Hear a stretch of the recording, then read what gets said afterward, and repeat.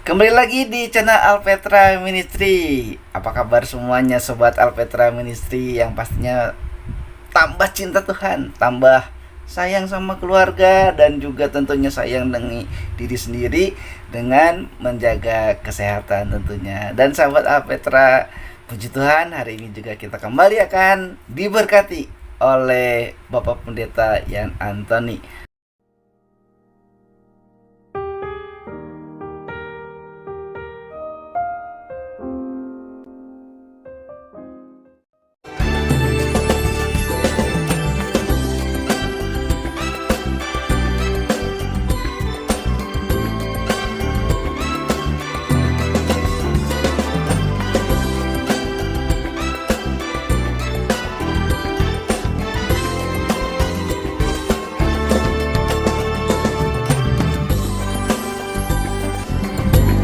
Saya semua berkat semua pemirsa Alpetra Ministry.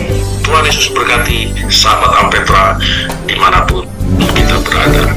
Shalom. Shalom Om.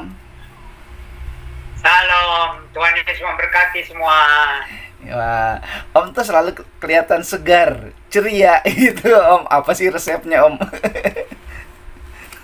Semangat di dalam pengharapan Tuhan Yesus nanti datang kembali dalam kemuliaan. Nah, itu sahabat Alpetra tuh dikasih kuncinya biar kelihatan segar, ceria, semangat sambil menantikan kedatangan Tuhan yang kedua kali. Nah, ya Om, ngomongin kedatangan Tuhan nih Om. Ini banyak orang yang selalu membicarakan tentang Mesias dan Kristus. Itu dua kata yang berbeda katanya. Nah, mungkin Om bisa jelasin dulu Om, arti katanya kalau memang berbeda atau sama seperti apa? Ya, baiklah. Jadi secara sederhana ya, kalau Kristus itu kan dari bahasa Yunani atau bahasa Greka, ya itu artinya sih sama juga, diurapi. Cuman kan latar belakangnya tidak begitu jelas kalau di luar konteks Alkitab. Tapi kalau Mesias itu juga sama, maksudnya diurapi itu jadi lebih jelas karena itu konteks Alkitab yang dari perjanjian lama kemudian digenapi di dalam perjanjian baru. Jadi bahwa Mesias itu dialah yang diurapi atau yang dilantik itu sebagai raja, imam, nabi, sebagai penyelamat umat manusia, gitu maksudnya. Ya Om, nah itu tuh maksudnya ya. Jadi nggak susah kan ngejawabnya kalau ditanya Mesias artinya apa? Ya Mesias artinya juru selamat gitu ya Om ya. Dalam bahasa Arab yang diurapi sebagai juru selamat, raja, imam, nabi. Nah itu Om, kalau Kristus, Yesus Kristus itu berarti Yesus yang diurapi ya Om. Itu ya tadi. Cuman kalau dalam bahasa Greka itu Kristus yang diurapi itu tidak begitu jelas artinya. Cuman karena memang bahasa Yunani atau Greka itu bahasa internasional, maka perjanjian baru itu ditulisnya di dalam bahasa Yunani atau bahasa Greka. Itu bahasa internasional waktu zaman Yesus. Nah, karena Alkitab juga mencatatnya gitu. Nah Om, ini dari pengertian yang tadi itu juga katanya Tuhan Yesus itu bukan dalam pengertian ilah gitu Om. Malah ada yang pakai dasar Alkitabnya dari Roma 10 ayat 9 sampai 10 gitu Om. Itu membuktikan katanya pemahaman Tuhan dan Allah itu berbeda jadinya. Jadi Yesus bukan dalam pengertian ilahi. Nah Om juga sering bilang tuh bukan dalam pengertian ilahi itu gimana Om maksudnya Om?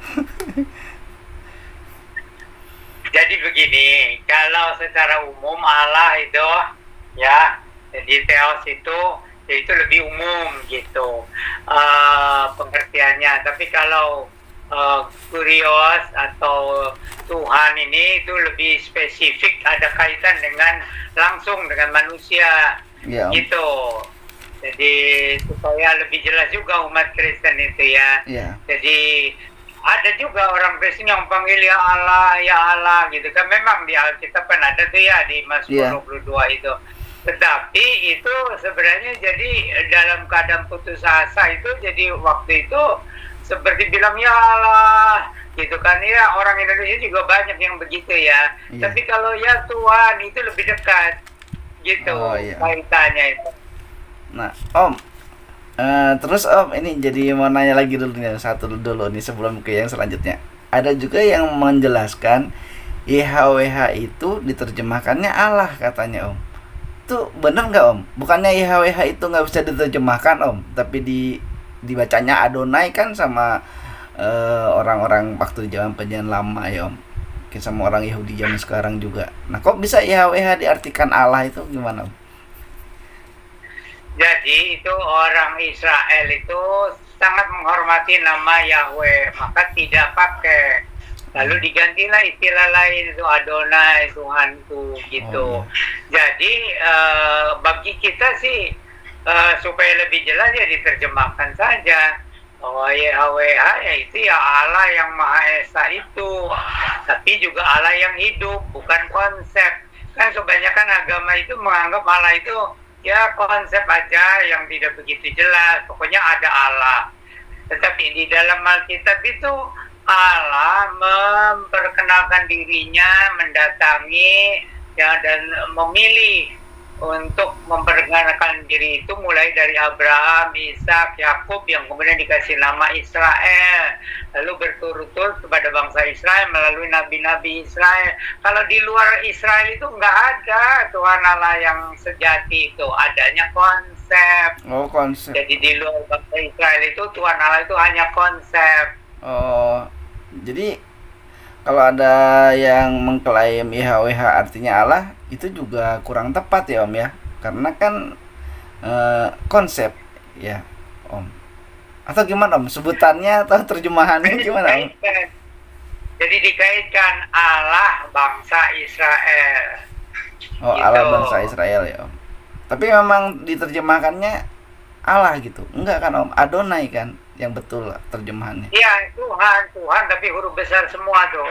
Oh, kalau di bahasa Indonesia ya Om, di Alkitab bahasa Indonesia Tuhannya huruf Iya. besar itu YHWH berarti ya terjemahannya. Ya. Oh, ya Om.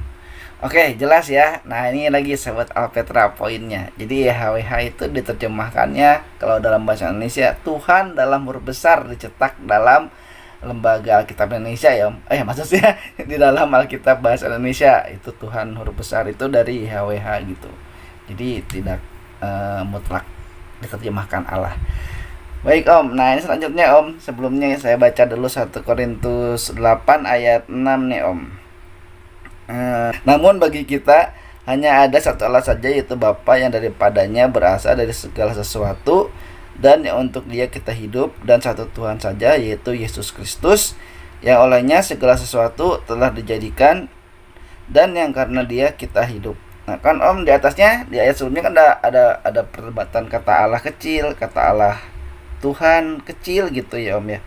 Nah terus di ayat yang ke-6 ini kan jadi pertanyaannya itu Om, Allah itu jadinya menjadikan Yesus sebagai Tuhan. Nah itu pemahamannya bukan dari Kristen ya Om. Tapi ini kok ayat ini katanya jadi seolah-olah Allah menjadikan Yesus jadi Tuhan gitu Om. Cuman Jadi itu supaya jelas ya. Jadi Allah melantik gitu, melantik Yesus sebagai penguasa alam semesta. Itu makanya Yesus berkata apa? Segala kuasa baik di bumi maupun di sorga sudah diberikan kepadaku. Itu maknanya di situ. iya Om. Tapi Sebelumnya Tuhan juga adalah penguasa, cuman kan sesudah menjelma menjadi manusia kan, jadi harus jelas tuh. iya Om. Gitu. Jadi ada proses juga gitu. Makanya kan dilahirkan sebagai manusia sejati itu dari proses dikandung, jadi bayi, jadi anak kecil umur 12 itu sudah hebat juga memang ya. Terus umur 30 itu betul-betul sepenuhnya diurapi dan dipenuhi oleh Roh Kudus gitu. Iya, soalnya kan masa apa sih, walaupun kata Om tadi yang dilantik gitu kan, orang jadi mikirnya tuh kan Yesus itu bukan Tuhan, orang dilantik kok katanya gitu Om nanti Om. Salah lagi deh Om. Ya, jadi begini, jadi waktu lahir sebagai manusia kan manusia sejati. manusia seutuhnya meskipun adalah penjelmaan. Lalu prosesnya itu kedewasaan menjadi nabi, menjadi raja atau menjadi raja, imam, nabi gitu, itu usia 30 tahun gitu. Meskipun kan pada usia 12 tahun aja Tuhan Yesus sudah hebat tuh pengetahuannya, hikmatnya gitu. Nah, cuma karena menjelma menjadi manusia sejati ya harus mengalami proses gitu, proses pertumbuhan itu kemanusiaannya. Ya Om. Nah itu kan sisi kemanusiaannya ya Om. Nah itu makanya juga ada yang bilang ya Om dari 1 Korintus 6 ayat 14 ya Om ya, Allah yang membangkitkan Tuhan akan membangkitkan kita juga oleh kuasanya. Nah ini juga jadi pertanyaan Om, Allah membangkitkan Tuhan. Ini jadi seperti ada perbedaan antara kata Allah sama Tuhan. Kalau tadi kata Mesias sama Kristus, sekarang Allah sama Tuhan, kok beda gitu kesannya Om dari ayat ini? Ya itu betul, ada perbedaan makna ya. Tapi di Indonesia ini kan ketuhanan yang Maha Esa itu. Jadi Tuhan dan Allah itu dianggapnya sama aja. Tetapi di dalam Alkitab itu ada perbedaan. Jadi kalau Allah itu lebih kepada konsep ilahi itu bagi manusia, tapi kalau Tuhan itu yang ada langsung campur tangan dengan kehidupan manusia gitu. Jadi supaya umat Kristen juga tahu. Jadi kalau yang artinya yang namanya Tuhan itu yang Lord, penguasa yang langsung campur tangan atas umat manusia. Tapi kalau Allah itu seperti jauhlah di sorga gitu. Jadi kadang-kadang seperti konsep Allah. Iya. Tapi kalau Tuhan itu bukan konsep lagi, dia datang ke dunia. Kalau gitu Om, pertanyaannya berarti apakah Tuhan itu Allah atau sebaliknya apakah Allah itu Tuhan? Jadi itu kalau bagi orang Indonesia ya samalah maksudnya Tuhan dan Allah ya. Tapi di Alkitab itu dijelaskan tentang kalau Allah itu yang di sorga, tapi kalau Tuhan itu yang bisa berhubungan dengan manusia gitu. Yeah, Om. Jadi langsung hubungannya itu dalam istilah Tuhan. Tapi bukan berarti jadi ada dua kan Om? Ya kalau pengertiannya itu misalnya Allah, Firman dan Roh, kalau dipisahkan jadi 3. Tapi kan Allah, Firman Allah dan Roh Kudus kan satu kesatuan lah maksudnya.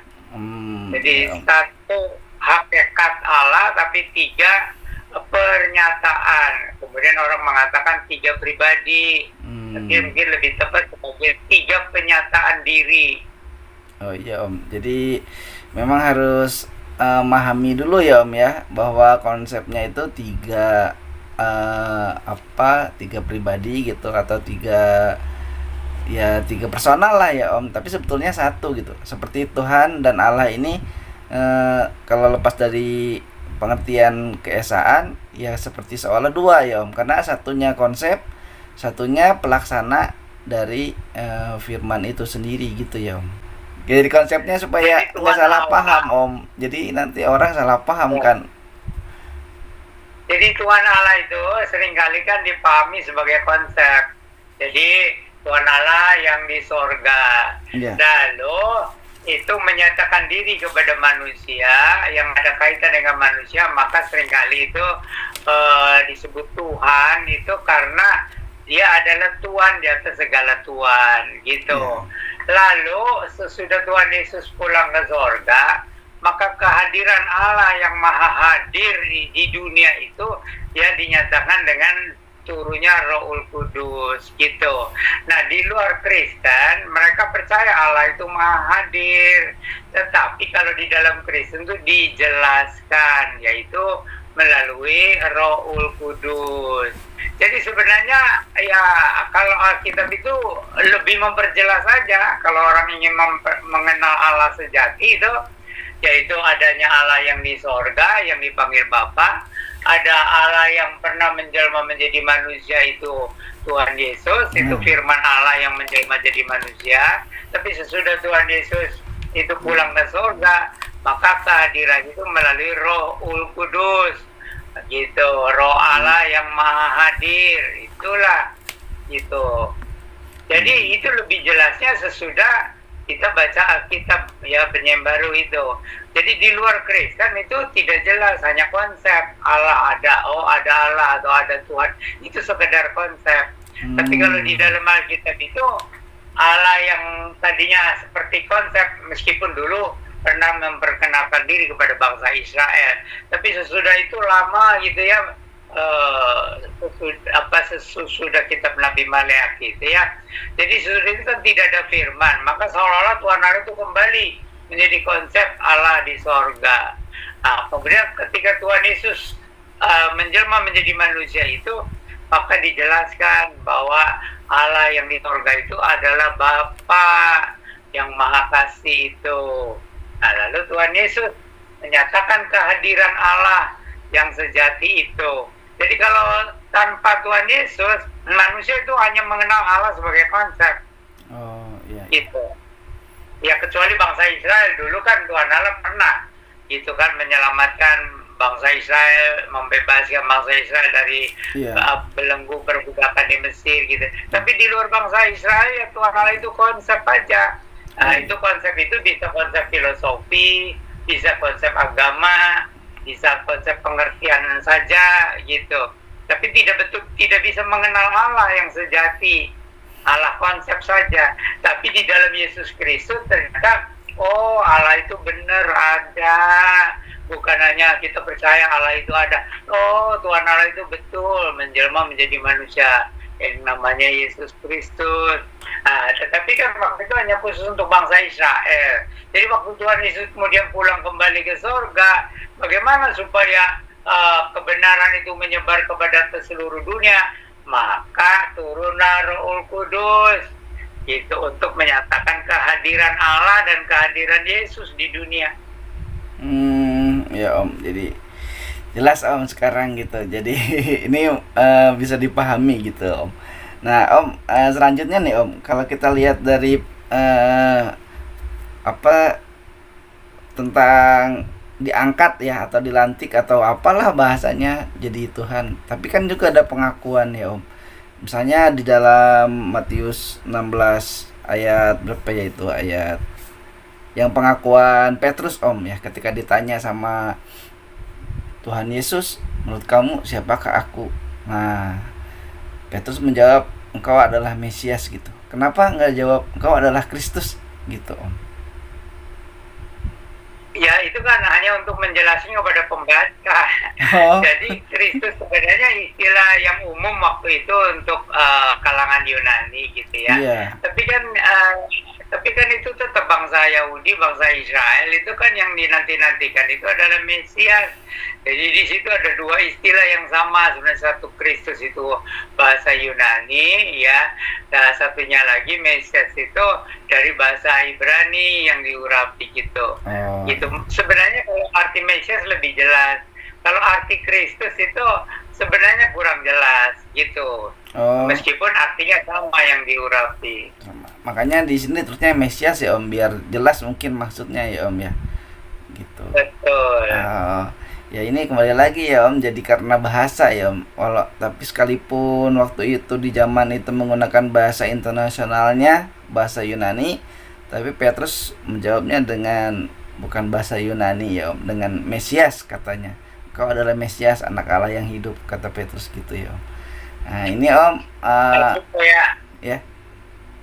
supaya jangan salah paham itu harus ada penjelasan Mesias, juru selamat yang dijanjikan.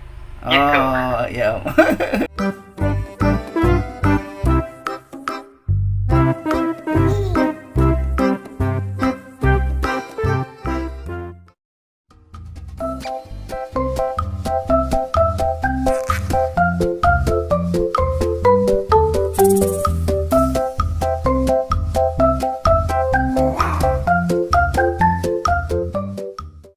Nah ini Om, tentang pengurapan itu Om kan harus diurapi ya Om, harus diakui.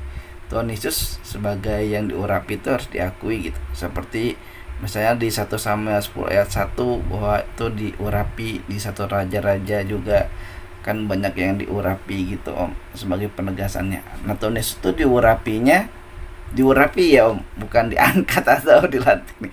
Diurapinya itu gimana Om? Ya betul. Jadi itu Tuhan Yesus diurapi oleh Allah Bapa itu ya dengan kuasa Roh Kudus. Waktu Yesus dibaptiskan tuh, Oh iya. maka turunlah ketemu Roh Allah, turun seperti burung merpati. Itu melambangkan Roh Kudus itu ya. Kemudian hinggap di kepala Yesus lalu menyatu dengan diri Tuhan Yesus. Jadi memang itu sangat penting. Satu-satunya lah Nabi yang diurapi secara penuh gitu. Oh iya. Hanya Tuhan Yesus itu, karena Yesus bukan sekedar Nabi tapi juga Raja, tapi iya. juga Imam Iya, iya. gitu. Raja, Imam, Nabi, wah itu lengkap dah. Iya Om. Iya. Nih pernah juga ditegaskan sama Om bahwa selalu buat Tuhan Yesus itu dalam kemesiasannya itu dia itu sebagai Raja, Imam, Nabi. Itu yang harus jadi Om, harus jadi, maksudnya jadi patokan ya Om ya, jadi penentu gitu. Karena kan nggak ada kata Om orang yang nabi aja, orang yang raja aja, nggak seperti Mesias gitu, raja, imam, nabi sekaligus. Ya, jadi ini perlu dijelaskannya begini. Tuhan Allah berjanji kepada bangsa Israel akan menurunkan raja, ya raja yang betul-betul raja yang mewakili Allah gitu ya. Tetapi bukan hanya menjanjikan raja, tapi juga menjanjikan nabi yang betul-betul menyampaikan kebenaran Allah yang itu final gitu. Jadi kalau nabi yang dijanjikan oleh Allah itu menyampaikan kebenaran Allah yang final dan dengan kuasa Roh Kudus, lalu juga sebagai imam gitu. Nah, jadi raja, imam, nabi. Nah, sebagai raja itu penting karena itu janji kepada bangsa Israel gitu. Nanti ada raja yang diurapi itu ya, atau raja yang khusus lah yang dijanjikan untuk memerintah selama-lamanya. Nah, ini yang sangat diperlukan, bahwa manusia itu memerlukan tokoh raja yang hidup selamanya gitu. Karena kalau tidak, manusia itu seperti domba-domba yang tercerai-berai, seperti tidak punya gembala. Maka perlu raja yang hidup selama-lamanya, tapi juga untuk menjamin hubungan dengan Allah yang di sorga itu sebagai imam pengantaranya gitu. Nah, tetapi juga untuk bisa mendapatkan kebenaran yang mutlak, maka dialah nabi yang dijanjikan gitu. Nah, itu jadi sudah final di dalam Yesus Kristus gitu. Nggak boleh ada nabi lain sesudah Yesus Kristus kalau mau mengerti kebenaran Allah yang benar-benar Allah sejati. Iya Om. Nah itu jadi sudah semakin jelas ya sahabat Rapetra ya, bisa ya mencernanya dengan mudah sekali gitu. Nah sahabat Rapetra, kita juga jangan sampai terombang-ambing oleh pengajaran-pengajaran yang menyelewengkan arti-arti itu ya Om, arti-arti Mesias, arti Kristus, atau tadi yang saya tanyain bahwa dia sebagai raja, imam, nabi itu satu kesatuan, supaya tidak ada yang digoncangkan. Tadi Om udah jelaskan dengan sangat sederhana sekali. Nah Om, selanjutnya nih Om, pertanyaannya Om, ini kalau dari Mazmur 105 ayat 15 Om ya, mungkin bisa saya bacain dulu. Mazmur 105 ayat 15. Jangan mengusik orang-orang yang kuurapi dan yang berbuat jahat kepada nabi-nabiku. Nah Om, ini tapi kenyataannya Tuhan Yesus tidak hanya diusik tapi disalibkan Om. Ini gimana Om? Ya, itu kan Tuhan Allah ya maunya supaya manusia menghormati. Tapi dasar manusia itu kan pemberontak. Jadi itu Yesus disalibkan oleh bangsa Israel itu, tapi di sana juga ada bangsa Roma yang mewakili bangsa kafir gitu ya. Jadi itu umat manusia lah yang menyalibkan Yesus, itu bukan hanya bangsa Israel gitu. Umat manusia yang diwakili oleh kafir itu oleh bangsa Romawi gitu. Ya, jadi dan itu menggenapi nubuatan-nubuatan dalam perjanjian lama. nanti Tuhan Allah sendiri yang akan datang ke dunia ya untuk menyelamatkan gitu. Ya Om, dan juga kan Yesus tidak ngaku-ngaku ya Om, saya ini Yesus Kristus atau Yesus the Mesias atau saya ini Tuhan, kan enggak ya Om, tapi memang dia tidak perlu kan Om untuk apa ya, untuk ngomong gitu, woi saya ini Tuhan gitu, nggak usah gitu kan Om. Dia udah terbukti gitu. Itu betul. Jadi Tuhan Yesus juga mulai dari pelayanannya itu ya, dia tidak pernah membanggakan dirinya ya. Memang kadang-kadang Yesus berkata aku inilah ya. Juga pernah di Matius 24 itu ya, langit dan bumi akan lenyap tapi perkataanku tidak akan lenyap ya. Tetapi jadi dia tidak menyebutkan dirinya itu siapa gitu, tetapi dengan perbuatannya, dengan perkataannya itu membuktikan apa yang dinubuatkan di dalam perjanjian lama. Nah, itu sangat penting ya. Malahan tempat lahirnya juga disebutkan harus lahir di Bethlehem. Jadi kalau ada orang mengaku-ngaku sebagai membawa kebenaran Allah yang final, tapi lahirnya bukan di Bethlehem, ya itu bohong saja itu. Iya tuh Om. Nah itu kan jadi juga mungkin kalaupun saya ini juru selamat gitu, saya Tuhan, terus tetangganya bilang, ya kan di Alkitab juga ada, siapa sih kamu anak tukang kayu, kamu anak ini ya kan Om, melihat sisi manusianya gitu, siapa kamu gitu kan. Terus kalau misalnya ngaku ya saya ini dia disalibkan gitu, ya mungkin bisa aja ya Om, karena sama salah sendiri kamu ngaku, tapi ini kan nggak pernah ada pengakuan, tapi dia disalibkan justru untuk menggenapi firman Tuhan agar manusia yang berdosa ditebus melalui darahnya di kayu salib oleh Tuhan Yesus gitu ya Om. Ya, itu betul. Jadi sebenarnya di dalam perjanjian lama itu nubuatannya banyak sekali mengenai Mesias yang dijanjikan. Tapi yang terpenting itu dua itu. Dia akan datang untuk menebus dosa umatnya dan akan bangkit dari antara orang mati untuk mengalahkan kuasa maut itu. Tetapi pada mulanya itu ditujukan hanya untuk bangsa Israel pada mulanya. Jadi aku datang diutus untuk domba-domba yang sesat di antara bangsa Israel. Tetapi karena bangsa Israel, umat pilihan itu bahkan yang menyalibkan dia, maka terbukalah keselamatan itu bagi segala bangsa. Jadi sesudah Tuhan Yesus disalibkan dan bangkit, maka Tuhan Allah tidak membeda-bedakan lagi apakah Israel atau bukan Israel, Yahudi atau bukan Yahudi. Baru nanti kalau umat pilihan dari antara segala bangsa, suku, bahasa, dan kaum jumlahnya sudah genap, baru nanti Tuhan Allah menyelamatkan sisa bangsa Israel. Bagaimana caranya? Jadi menjelang kedatangan Tuhan Yesus datang kembali nanti, itu bangsa Israel itu seperti terjadi bagaimana itu berusaha pulang ke tanah air mereka. Jadi banyak nanti Israel itu seperti ada kerinduan pulang ke tanah air gitu. Ya, pulang. Tetapi banyak yang kaya-kaya itu tidak mau pulang. Jadi cinta kepada harta bendanya. Yang kan banyak orang Israel itu kaya-kaya tuh, di Indonesia juga, di Surabaya itu orang-orang Yahudi itu kaya-kaya itu. Oh iya ya. Ada ya orang Yahudi. Yang kaya-kaya itu nggak mau pulang gitu ya. Nah, tetapi nanti pasti semua akan rindu datangnya Mesias yang dijanjikan. Mereka akan berusaha ya untuk pulang gitulah. Nah, tetapi ceritanya itu kan nanti bangsa Israel kan akan dikepung bangsa-bangsa. Kenapa dikepung? Karena di sana sudah ada bangsa Arab, bangsa Palestina yang menduduki tanah Israel itu, lalu dicapnya itu semua tanah Palestina gitu. Nah, bangsa Israel kan sudah waktunya menjelang kedatangan Tuhan itu seperti ada gerakan apa ya, pulang ke tanah air gitu.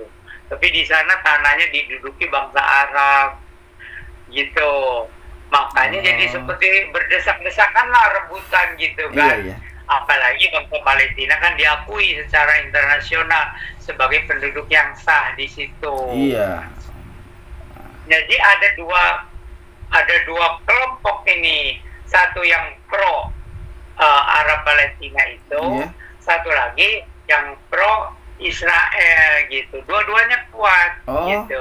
Tetapi iya, dua-duanya kuat, tapi tidak ada kan tidak ada rencana Allah yang gagal, tidak ada nubuatan perjanjian lama yang gagal. Jadi nanti tuh bangsa Israel akan tergerak, akan pulang kampung, ya pulang ke tanah air mereka. Tapi ya harus rebutan sama bangsa Arab yang di sana, Arab Palestina yang gitu. udah, ya. Nah, akhirnya kan perang kan. Perang itu kan ada kalah ada menang, terus kalah menang, dan bangsa itu Palestina itu dibantu oleh bangsa-bangsa lain, terutama karena agamanya kan agama Islam. Maka umat Islam di seluruh dunia kan pasti akan bela gitu bangsa Palestina gitu. Jadi itu seperti keadaan yang serba rumit. Satunya itu memang bangsa Palestina sudah lama menduduki di sana.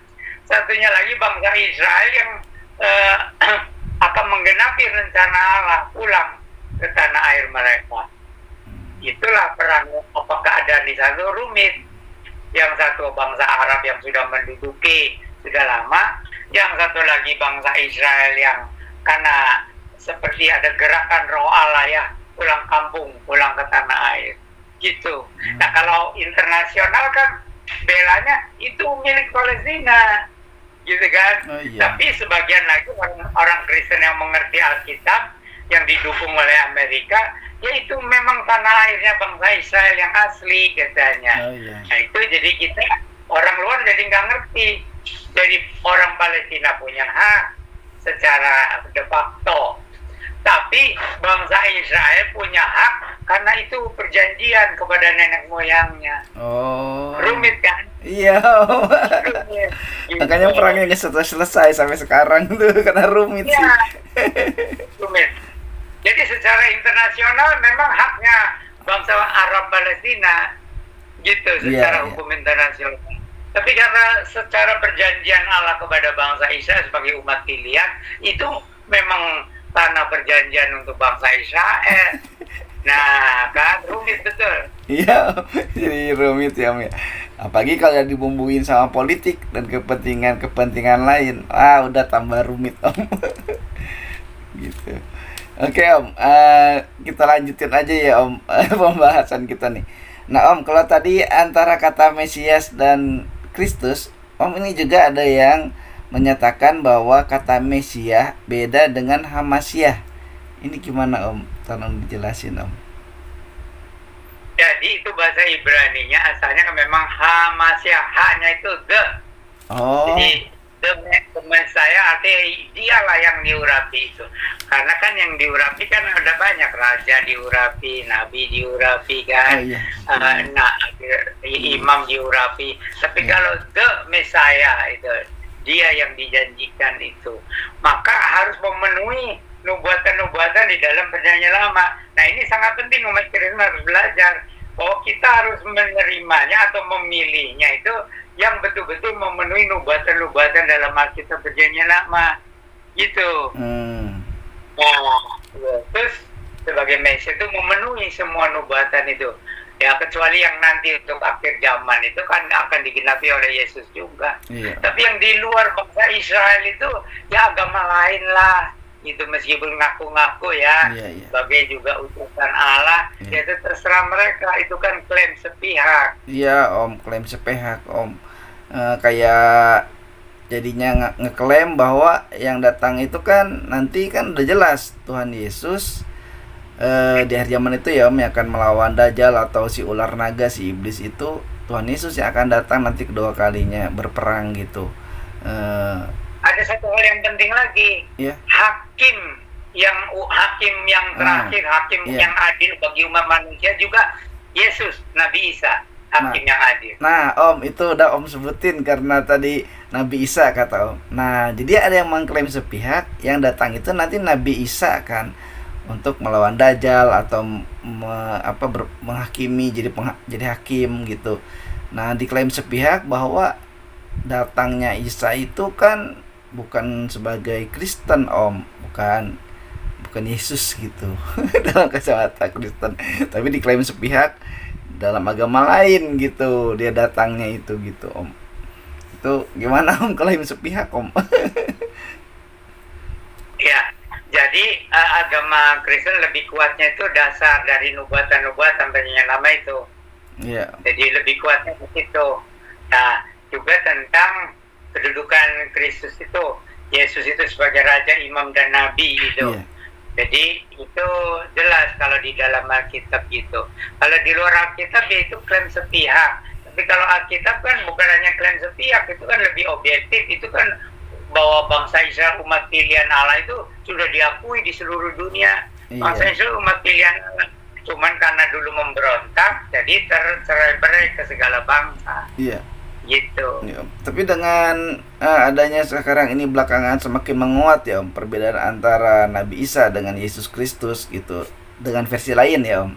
Maksudnya dalam versi-versi yang berbeda. Jadi kalau menurut saya positifnya orang yang percaya kepada Tuhan Yesus Kristus akan semakin kuat ya Om seharusnya bahwa inilah Yesus Kristus yang adalah Tuhan dan Allah yang sejati yang akan menjadi juru selamat kita gitu Om. Nanti saatnya ketika dia datang, dia yang jemput kita itu Yesus Kristus gitu.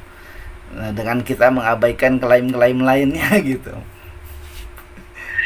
Ya, tetapi juga ya itu kepercayaan Nabi Isa sebagai hakim yang adil itu juga hakim yang adil bagi segala bangsa itu pun sebenarnya mestinya bisa membuka mata. Ada sebagian dari mereka itu kalau Nabi Isa yang menjadi hakim yang adil bagi segala bangsa, siapa dia, kenapa dia yang dipilih itu menjadi hakim segala bangsa gitu kan gitu, ya. Nah itu jadi dia dari antara mereka itu memang kalau yang dipilih oleh Tuhan ya akhirnya ya ikut Yesus lah, jadi orang Kristen lah gitu Om. Bukan malah jadi sebaliknya ya Om, udah kenal sama Tuhan Yesus terus malah ninggalin Tuhan. Ya itu yang sering Om bilang, belum lahir baru berarti ya Om. Nah itu jadi kalau orang hanya sekedar beragama tapi tidak mengalami keselamatan lahir baru, itu kalau menjadi keras hati itu nanti mengerikan. Jadi nanti peperangan akhir ya yang mau segala bangsa-bangsa mau menghabisi bangsa Israel itu betul-betul mengerikan, itu kejam sekali. Pokoknya Israel harus habis, Israel harus punah gitu. Padahal itu kan umat pilihan Allah, bagaimana bisa punah, ya kan? Iya. Gitu. Dan itu nanti peperangan yang dahsyat itu terjadinya di Timur Tengah. Sekarang gejala-gejalanya, tanda-tandanya sudah mulai. Karena bangsa Israel sudah mulai pada tertarik pulang ke tanah air. Iya Om. Ini yang ya kayak tadi Om bilang itu rumit. Belum lagi ditambah hal-hal di luar yang seharusnya gitu, tambah politik lah, tambah kepentingan pribadi, tambah apa, jadi tambah rumit lah penang. Ada lagi yang perlu ditambahkan. Secara hukum internasional, bangsa Arab Palestina itu lebih berhak di sana. Maka banyak bangsa-bangsa itu mendukung Palestina. Tetapi secara perjanjian Allah yang berhak itu bangsa Israel, dan itu yang mendukung hanya Amerika. Oh. Gitu. Ya, jadi hanya Amerika. Saya juga nggak tahu kenapa kok hanya Amerika yang ngotot untuk membela Israel. Tapi katanya dari sejarahnya, dulu pendiri negara Amerika itu banyak kan berasal dari keturunan Yahudi. Bahkan sampai sekarang orang-orang penting di Amerika itu keturunan Yahudi. Oh, gitu. Iya Om, ya. Wah, ini jadi luar biasa sekali ya Om penjelasannya dari Om ini gitu. Seru karena di situ ada agama, ada politik, ada macam-macam gitu ya. Ya Om, jadi nih Om, satu lagi Om, di Lukas 1 ayat 32 sampai 34 ya Om. Ini mungkin ini pertanyaan terakhir Om. Saya bacain dulu. Lukas 1 ayat 32 sampai 34. Ia akan menjadi besar dan akan disebut anak Allah yang maha tinggi, dan Tuhan Allah akan menuruniakan kepadanya tahta Daud bapa leluhurnya, dan ia akan menjadi raja atas kaum keturunan Yakub, sampai selama-lamanya dan kerajaannya tidak akan berkesudahan. Mungkin sampai situ aja ya Om. Ini yang pembuktian bahwa kata Om Mesias itu imam, raja, dan nabi. Ini ya Om ya, karena malaikat bilang begitu ke Maria gitu. Tetapi ini baru digenapi nanti kalau Tuhan Yesus datang kembali kedua kalinya dalam kemuliaan. Oh, penggenapannya Itu. nanti ya Om. Iya, yang menjadi raja segala raja itu. Oh, ini hanya pemberitahuan aja ya ke Maria gitu, bahwa nanti Tuhan Yesus itu akan seperti ini gitu. Ya Om. Maksudnya akan menjadi juru selamat yang dijanjikan, karena Yesus kan artinya katanya apa Om, juru selamat ya, yang menyelamatkan. Terus dia juga Immanuel gitu. Itu kasihannya tuh Ibu Maria tuh. Kasihan tahu nggak? Karena apa? Waktu dia melahirkan sih dia begitu penuh pengharapan karena dia tahu kan malaikat-malaikat kasih tahu bahwa anak yang dilahirkannya itu disebut anak Allah, akan menjadi juru selamat dan sebagainya. Tetapi kenyataannya Yesus kemudian sesudah hebat ya mengajar mujizat dan sebagainya, dia ditangkap, dia disalibkan. Maka itu yang paling remuk hatinya itu Ibu Maria. Dia nangis sejadi-jadinya di dekat salib itu. Dan kenapa jadi begini? Kenapa jadi begini? Gitu. Ya. Tetapi meskipun tidak dijelaskan ya, saya yakin Tuhan punya cara menguatkan imannya Maria. Bahwa apa yang perlu diketahui ya cukup dipegang aja. Karena kan mujizatnya tidak ada yang menandingi Yesus kan. Itu apalagi waktu Yesus bangkit ya, itu Maria termasuk gereja mula-mula. Oh, itu Om. Ya. Jadi gereja mula-mula itu termasuk Ibu Yesus sebagai jemaat. Oh, jadi jemaat malahan ya Om. Karena yang mimpinnya rasul-rasul itu ya. Tapi kan Yesus, Maria kan tahu satu pihak sebagai manusia dia anaknya. Tapi kan satu pihak lagi malaikat kan udah kasih tahu dia itu adalah Tuhan, Raja itu. Jadi dia tahu diri lah. Oh, iya. Gitu. Tapi sebagai seorang ibu ya, sebagai seorang ibu kan waktu Yesus disalibkan itu apalagi sampai ditusuk ya, itu Maria betul-betul hatinya hancur lah. Gitu. Oke Om. Om, sudah sejauh ini Om mungkin kita cukupkan dan closing statement dari Om dulu Om, silakan. Jadi itu Yesus sebagai Mesias ya, yang dijanjikan di dalam Perjanjian Lama itu betul-betul rinci. Jadi dia sebagai raja yang dijanjikan gitu, sebagai imam yang dijanjikan, juga sebagai nabi yang dijanjikan. Tapi itu sangat rinci nubuatan-nubuatannya itu. Jadi tidak ada orang lain yang bisa menggenapi kecuali yang sudah digenapkan oleh Tuhan Yesus Kristus itu. Ya, dan satu lagi kan sekarang ini baik umat Kristen ataupun umat Islam menantikan kedatangan Yesus yang kedua kali sebagai hakim yang adil. Itu sebenarnya. Jadi bagaimana manusia seorang atau nabi sekalipun kok bisa menjadi hakim segala bangsa. Ya, tapi nanti Roh Kudus yang mencelikan mata orang yang dipilih Tuhan untuk diselamatkan. Baru nanti tersadar, oh ini bukan sekedar nabi, gitu kan, gitu. Lalu maka semua akan mengakui Yesus adalah Tuhan. Segala bangsa. Kan itu ada ayatnya kan di Filipi 2 itu. Jadi segala bangsa akan mengaku, segala lutut akan bertelut, segala lidah akan mengaku bahwa Yesus itu Tuhan untuk kemudian Allah. Itu nanti. Ya Om, baiklah Om. Sahabat Alpetra Ministry sudah dijelaskan oleh Om dengan sangat jelas sekali, dengan sangat sederhana sekali. Saya yakin sahabat Alpetra bisa memahaminya. Baik sahabat Alpetra Ministry, akhirnya waktu juga yang memisahkan kita, dan sampai sini dulu perjumpaan kita di kesempatan kali ini. Terima kasih Om.